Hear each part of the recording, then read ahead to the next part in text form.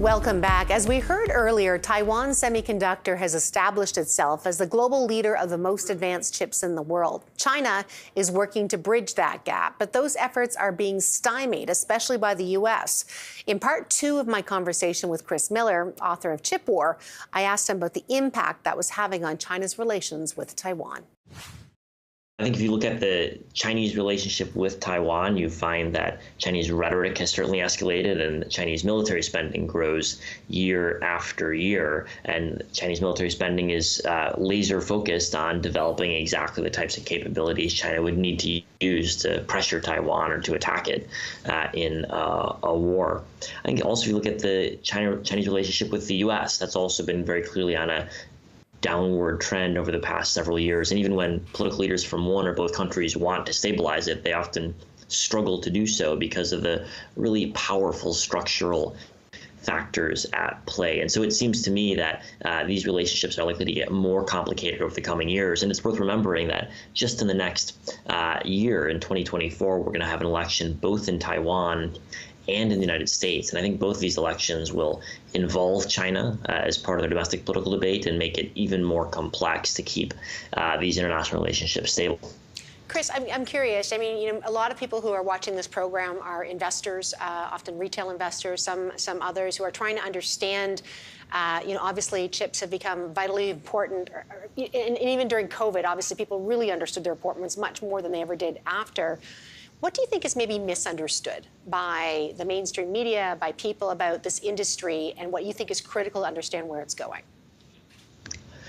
Well, most people talk about the chip industry as if it were only about the firms that manufacture the chips. But in fact, much of the money is made by companies further up in the supply chain. For example, the materials producers, the companies that are capable of refining chemicals and gases to extraordinary levels of purity that's needed in chip manufacturing, or the companies that make the machine tools that I mentioned that are capable of moving materials at almost the atomic level, which is what's necessary to manufacture advanced chips. These companies have extraordinary technological capabilities, and they often have very well defended markets, which is why in the materials space and the machine tool space, you've got companies that have been in really dominant positions in their market for, in some cases, several decades. And if you're looking for profitable companies with high margins, this is just as much of a place to look when you come to the semiconductor industry as the firms that are actually manufacturing semiconductors. It's interesting, not to give you your own facts back to you. Obviously, you know them, you wrote them, but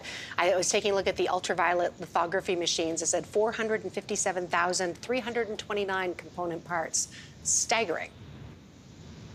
And these aren't just any component parts. This involves the flattest mirrors humans have ever made, one of the most powerful lasers ever deployed in a commercial device. And the most staggering fact of all is that inside of these machines, there's a explosion happening constantly at a temperature of 40 or 50 times the temperature of the surface of the sun. So this is really precision engineering of a type that no other industry can replicate.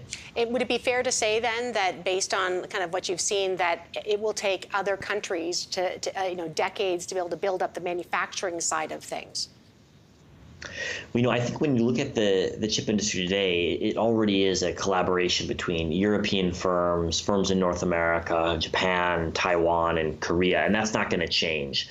You're going to need to access the most advanced capabilities from all of those countries, like you already do to make advanced chips. I think what is changing is that over the past couple of years, China has begun to play a bigger role in the international chip industry, in this international supply chain, and that is beginning to shift as governments like the US, like the Netherlands, like Japan, like Korea take steps to slow China's progress and defend their own market positions, because governments realize, as we mentioned earlier, that chips aren't only about smartphones or PCs, they're also about military power, and that's going to keep inducing governments to try to lock China out of the semiconductor supply chain where they can.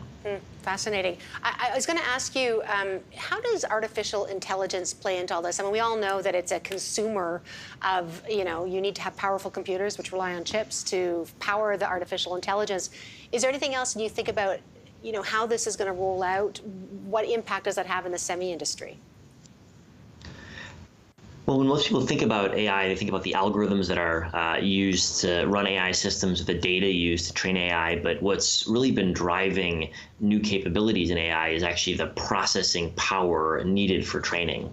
If you look at the amount of data used to train cutting-edge AI systems for the last decade or so, it's been doubling every 6 to 9 months. So it's extraordinary growth in the amount of data that's needed, and it's only possible to process that data because semiconductors are getting better and better and better. And if you look at a company like NVIDIA, which just recently passed $1 trillion in its market capitalization. It's valued at such a high valuation precisely because it's one of the very few companies in the world capable of producing chips that are fast enough to train AI systems efficiently. And so I think if we think of AI as solely being about algorithms or data, we miss the fact that it's actually advances in processing power produced by just a couple of companies that have made these improvements in AI possible.